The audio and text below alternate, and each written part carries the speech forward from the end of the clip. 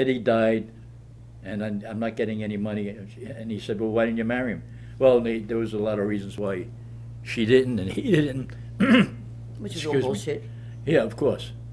But he asked her, how much did he give you a week? She said, 200. Which wasn't that bad. Well, no, he that went then. hysterical laughing. He said, 200. He said, lady, this guy could have given you 2,000 and never missed it. Get out of here. Yeah. And he threw her out. Yeah, and on top of that, when the daughter, got all the insurance Michelle. policies, he could have had one for my mother. Yeah. He could have had one. He didn't do that. So he did not provide for her. But the thing that I find ironic is, so she went to Nicholas Lanzieri, who was his nephew, to say, are you supposed to give me the money that he used to give me? He said no. But years later, that's what initially brought them together. She wound up marrying him, okay? Yeah. He left his wife and everything, and they lived together, they got married. And years later, after that, when I said to him, is it true that I was told that he did leave you money to give her, and you were supposed to give it to her every week, but you just kept it and never gave it to her? He goes, yeah, ha, ha, that's true. And he thinks it's funny. But Yeah, but she got 200. She didn't care where it came from. no, but she never got it. Nikki kept Well, it. he got the money. He He got allotted it. so much money, I know for a Right. fact. Which X he amount was of supposed to dollars give her. to her. Right, on a And weekly he basis. never said a word to her. And Nikki never gave it to her and denied it. And said, no, he didn't give me nothing. Yeah. That was what brought them together. You would think that they'd hate each other, because he didn't want to pay, obviously. She didn't get paid, right? He kept it. But he wanted to get married. Well, you they know, got and it's so married, funny. and we stayed kind of friendly. I went to the wedding, and of course you were there. I said to her when I walked in, she had a black dress on, black balloons, black tablecloth. Everything was black. Napkins.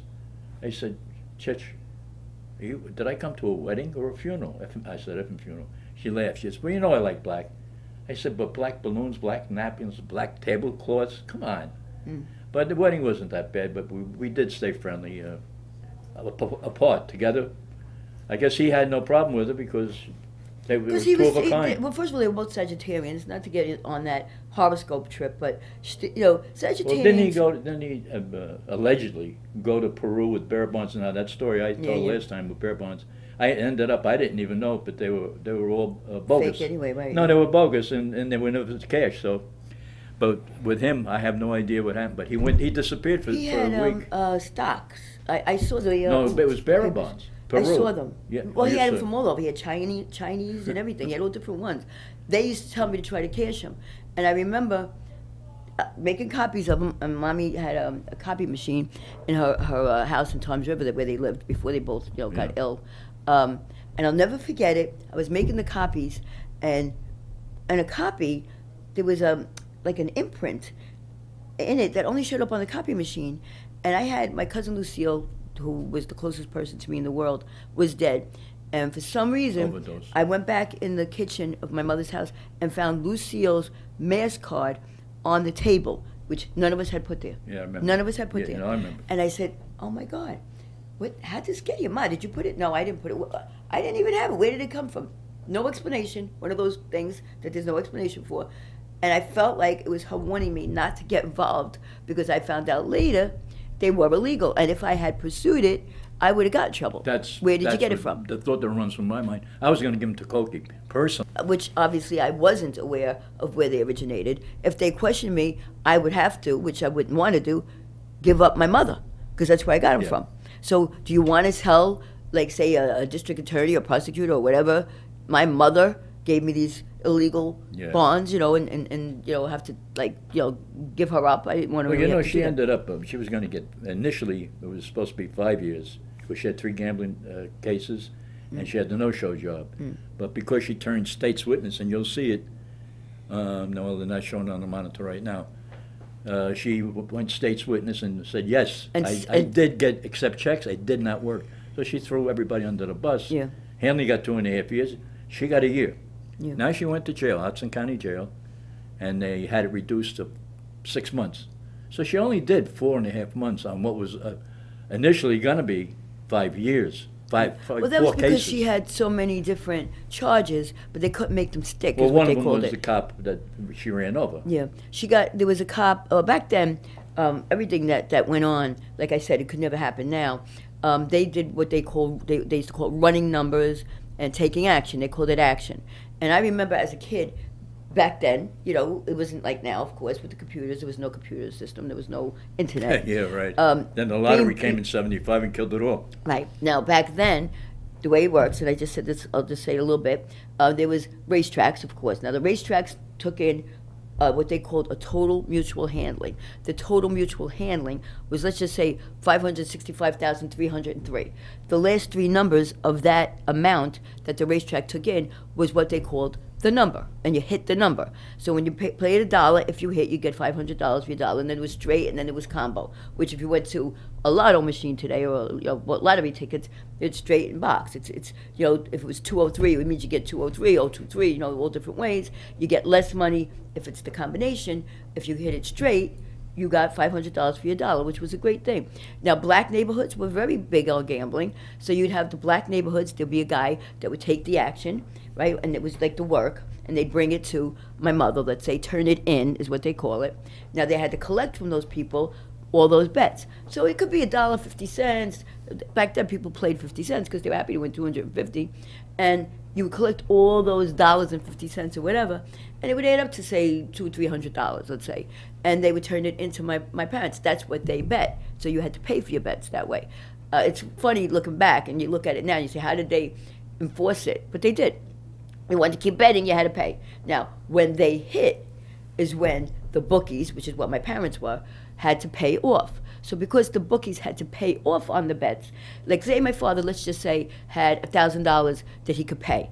He could keep up to $1,000, like in other words, that's $2, right? So he could keep up to $2 of a bet on any particular number. So let's just say a whole bunch of people, let's say there was a train crash, it was in the newspaper, That did happen. And there was a date, and it was just, let's say, 4/13. So everybody would play 4/13. Now, you could only keep up to $2 of the bet on that same number as much as you could pay off. So if he could only pay off 1,000, which is a $2 bet, he could keep up to $2. Anything above that, like say he had $10 worth of bets, the other $8 he would have to turn in to a bigger person. You know, that would then say, okay, I could pay that $8, which is whatever, 4,000, right? Because they'd have 4,000 in reserve to pay off, because you did pay off. You had to, because you know you can't take action and take the bets, of course, and not pay. No. Now, them not paying is when my father could tell you stories of them coming to the house to try to shoot him, you know, because he didn't pay and things like that. And my mother would give him up in a minute. Yeah, my husband, it's my husband. She would sign things and sign his name to things that she did and say, yeah, you could go see Jimmy. Yeah, my father didn't even know it was, she did it. Well, she did that with the lynch wagon. And Yeah, that worked. she did it with a lot of I things. copped out for her. I guess I still cared. And she had me mesmerized all my life. You know, my father he's a very, very good artist, sketch artist, and he used to draw my mother a million times. And he used to draw even on the mirrors when we were supers in buildings, and he used to get the colored chalk, right? Was what it was. Colored chalk, yeah. And he would draw her and say, "Face that launched 1,000 ships," like Helen of Troy. And she was absolutely beautiful.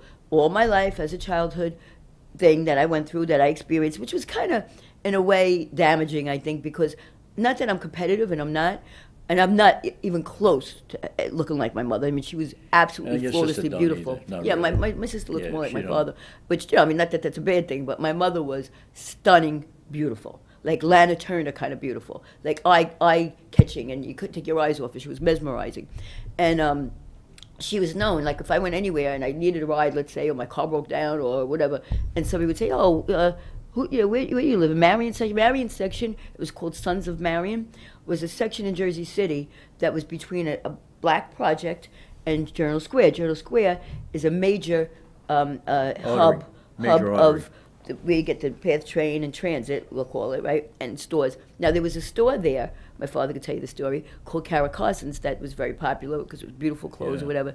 And the guy, my mother was the most beautiful girl in Jersey City. Everybody said it. And if I got, like I said, pulled over or something or broke down or whatever, and I said, "Oh, who are you?" "I'm Brenda, you know, my mother's Chichi Ercolano." "Oh, Chichi's your mother? She's the most beautiful girl in Jersey City." I heard it always. Yeah, and she she was. knew it, and it She went to her was. head. And as a result, when she got older and found out what your sex appeal could do for you and how you could use it to your Yeah. advantage, which she taught me later on. I really didn't get that for a long time. I wasn't that you know, confident, I guess, in my sexual appeal or whatever, which I do have sex appeal. My sister, I remember, wrote me a little thing one day. You have sex apple, she wrote, APPLE, because she wasn't a great speller either. And she's a school teacher. Yeah, she's a school teacher now, those poor kids. But anyway, you know, the funny thing to me is that my mother didn't know, of course, as a kid, how to use it. She finally learned how to use it after she's married with kids. I mean, think about it. She was 16 when she got married, so she's 17 when she had me. So at 23, she had a 7-year-old daughter, right? She's a grandmother at 37. Yeah. So, you know, everything happened to her young. Tell her how she almost got me killed. When Bobby Manners, I called it gang it, bandit thieves. They were coming around taking money from a number of runners. Oh, yeah. Bookies, whatever. It said they had to pay. You had to pay for protection. Yeah. The guy up the street, John the Greek, had a big, giant number of John businesses. the Greek lived on the same block as us. Yeah. As years ago when we're talking about, and with the house that we bought, when we bought a house on Suburbia Drive, which by the way was 66, which we say is the devil's numbers, 66 Suburbia Drive, they were the first two buyers to live on that section, which is near Roosevelt Stadium in Jersey City, which was built on swampland, which was contaminated, right? And later on they found out. Society Hill, they call it now. Yeah, Society Hill. Is built on land that's illegal to build on. But anyway, that's how corrupt Jersey City is in Hudson she got County. wind of what, and I told her, I said, listen, because of the amount of business, we don't have to pay a lot, but we got to pay $25 a week. Which, she said, what? Stop. What are you saying? I have to give them $25? Bobby Manners? I said, Bobby Manners, big guy, you know, trouble. Yeah, he was what she famous. said? He was known. Everybody knew that. She said, F them. They're not getting a dime. Don't you pay it. I said, you want me to go back there? And she says, yes, go back and say, I'm not paying it. And needless to say, I did. And they looked at me. And I knew that they were ready to smack me around. I said, wait a minute. This makes no sense. I'll pay it. So I paid it myself. I don't know how long, but as long as it lasted, you know. And then later on, Zabab got her off the hook. Zabab, who was a real boyfriend. I don't know where I fit in all this, but... He was, I remember back then, there was a guy named McGee, right? He was back in one of those gangster kind of things. Play cards with the girls. Yeah, my mother had card games in Jersey City at our house for years and years. And you could hear the way that the way they would make money on having the game is, first of all, gamblers and when they're winning, they're very generous, of course, you know, for those few minutes.